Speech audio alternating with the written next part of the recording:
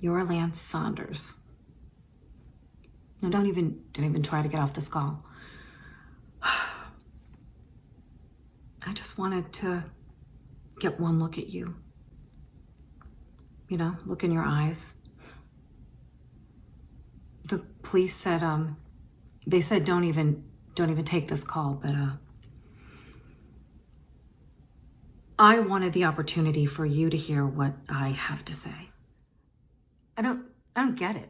You don't even live in Chicago. I mean, you're traveled all the way from somewhere in the East so you could, what, prey on my daughter and stalk her? Are you some kind of social media freaking weirdo? I mean, why did you pick my baby girl? Why did you chase her to traffic? Couldn't you see she was terrified? Couldn't you? It's hard for me to believe, but Emma says that she realizes now, after all this, that you probably meant her no harm.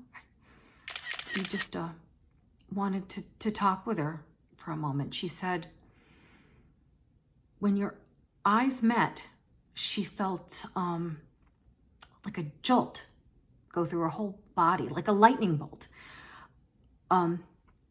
It's something she just can't explain, but that's what scared her and made her run. So no, don't even open your mouth. I don't want to hear what you have to say. Don't even try to explain. You want to know how she is? She's going to be okay. She'll be out of the hospital soon, a broken arm and some bruises. That's it. That's the amazing second miracle of her life. You want to know what the first miracle of her life is? After 5 years of suffering, my baby girl was cured. She was cured of leukemia. Suddenly, without an explanation, there was no trace of leukemia in her body. Something that no doctor can really explain. Finally, after 5 horrible years, she's living her life again. She's happy, carefree, just a teenager. Then you come along. And she could have died because of you. I promised myself I wouldn't get emotional. I just wanted to see what kind of man you were who could do such a thing to my little girl. They said that you're a very sick man physically, and I heard them say that you don't have much time left. I don't know what it is that you're dying from. No, please don't say anything, okay? Whatever it is that drove you to do this to my daughter, I hope you feel guilty. I hope you feel guilty for the rest of your life causing this to happen. Stay away from my Emma. Just let her live her life.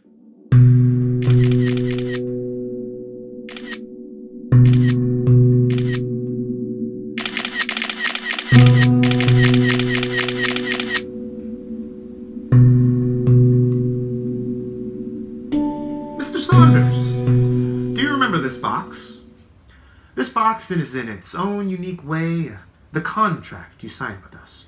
No, it is the sacred compact you made with us. Signed and sealed with a drop of blood. Your blood. In this box. With wheels that once they are put into motion can never be stopped.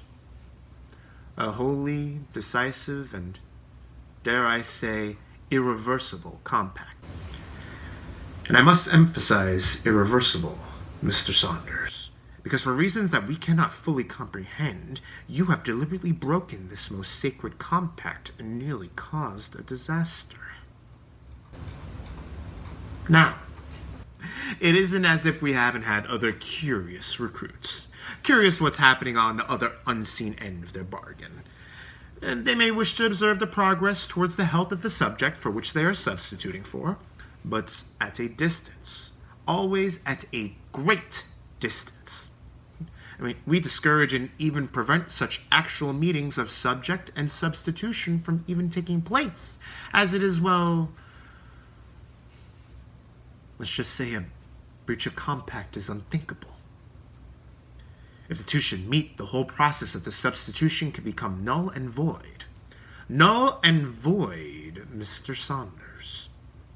So, because of their better judgment and fear of voiding the compact, no recruit has ever, and I repeat, ever, tried to directly contact the subject for which they are substituting for. Until you. As a matter of fact, you put into jeopardy the whole program just to satisfy your little curiosity and show your distrust for our organization. Emma almost died, Mr. Saunders. We don't lose subjects of substitutions. If both of you died, you would have put us in a very awkward position.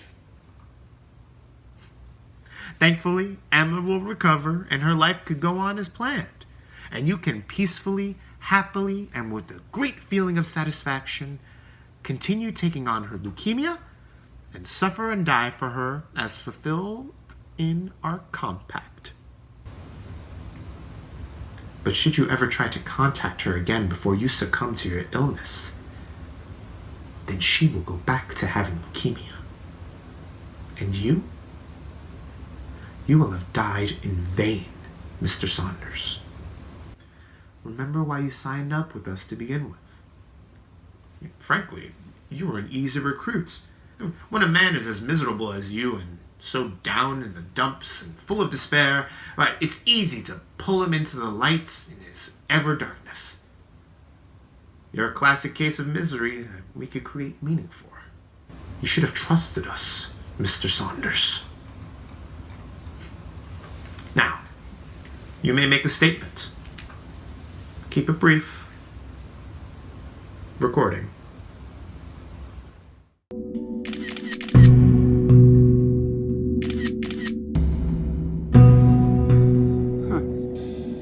Well, funny you should talk about how easy I was to recruit. I was really miserable.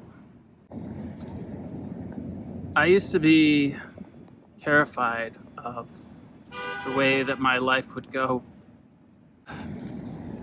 Was really lucky though, because I had my best friend Pepper, and he had me thinking that I could just do anything that I wanted to.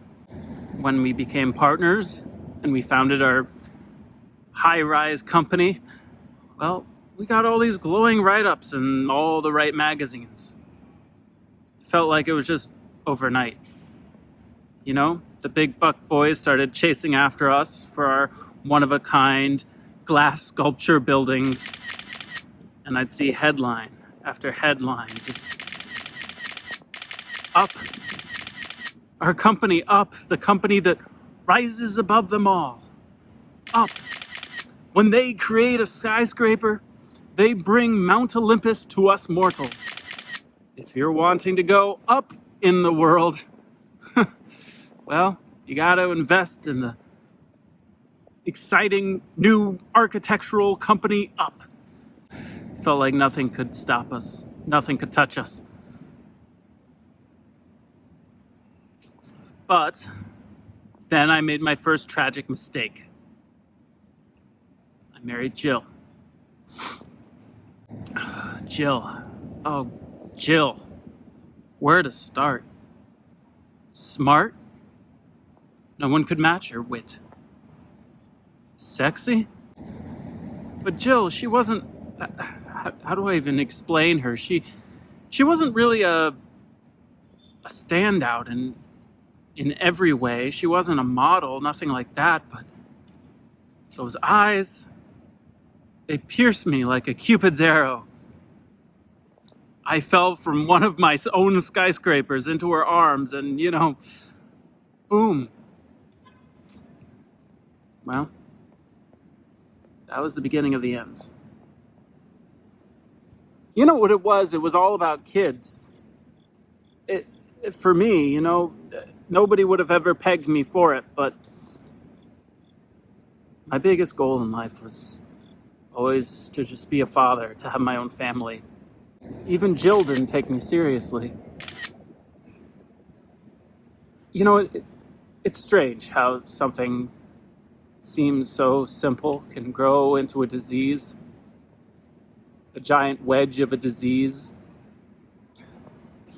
We were silent about it for a long time, until the silence was so thick you could cut it with a knife.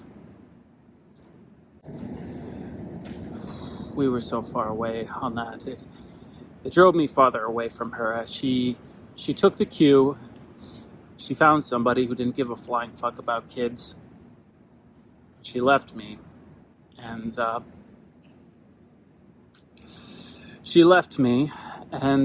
I kept trying to build higher and higher glass towers of Babel to find some peaceful other universe to cry in.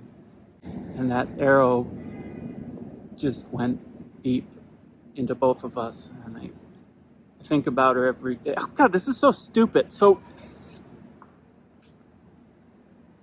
look, of course, when your recruiter came floating into that bar where I was thinking the worst thoughts a man could think while holding a knife over a glass and practicing cutting myself, just imagining the dripping blood in the glass of water. Yeah. Trading my health for a little girl's sickness. A girl who... Did you see her picture? She looks just like Jill. She could have been her daughter. Compact, whatever it is. I was being told I was dying for a purpose. That's all I knew. I needed to see her. I needed to talk to her. She was my little girl, my angel, my child, alive in the flesh. And I was saving her.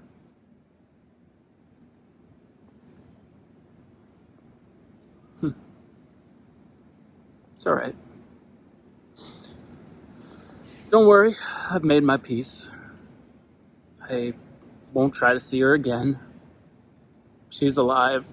I'm dying. The substitution is going on as planned. Nothing has reversed. Nothing has changed. Please, just leave me alone. Let me die in peace. Oh, Jill.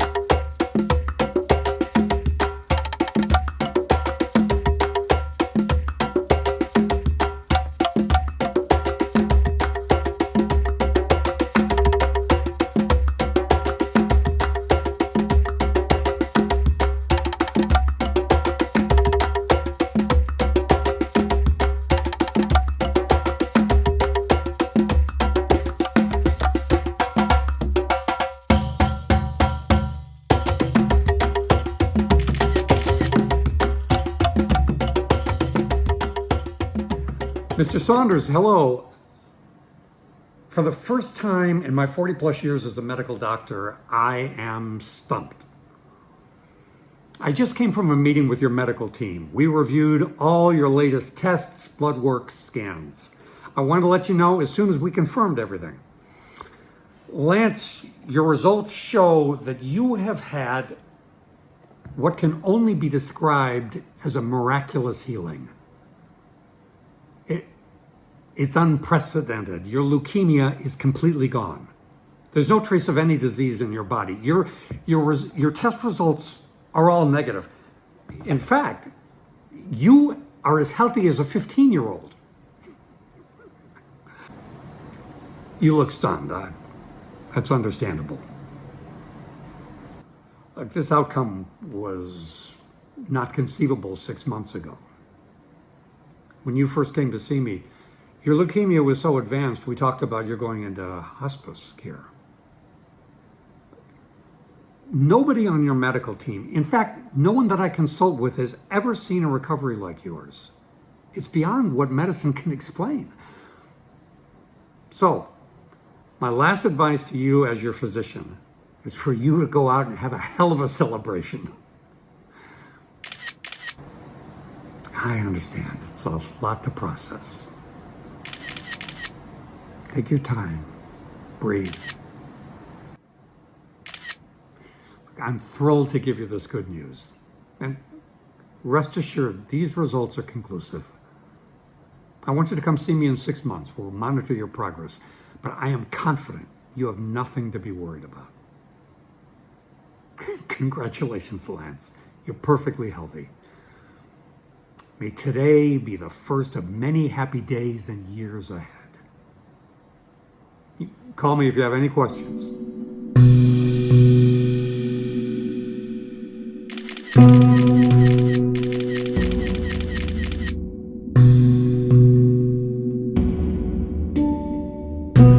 Yeah, I know, Pepper. Pepper, I know. Dr. Ramsey did 1,000,000 tests. They're all negative. And you're right. You're right, Pepper. I should be very happy, but I'm not, and I can't explain it. Something has happened that shouldn't have happened. It's not what it seems. And I can't tell you anything right now, or it's really over. The compact is over. I can't tell you anything right now. I'm just really confused. It's not what it seems, and I've sworn an oath not to look for her again. And please don't try to ask. The compact is really over, and I know you're gonna think I'm insane. I just don't know how I can be healed completely. I'm supposed to die, and what's gonna happen? What's gonna happen to her? I have to think. Maybe I can fix this. I just don't understand what went wrong. I don't know what to do.